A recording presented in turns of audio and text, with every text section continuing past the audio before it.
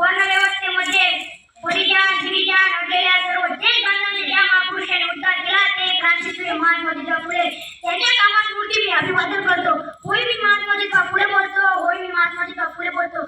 पिढ्यानपिढ्या धर्म व परंपरांच्या नावाखाली श्री राम उद्यान बनवले गेले आहे आणि बहुजन समाजाच्या लोकांना वाढीत टाकले गेले आहे.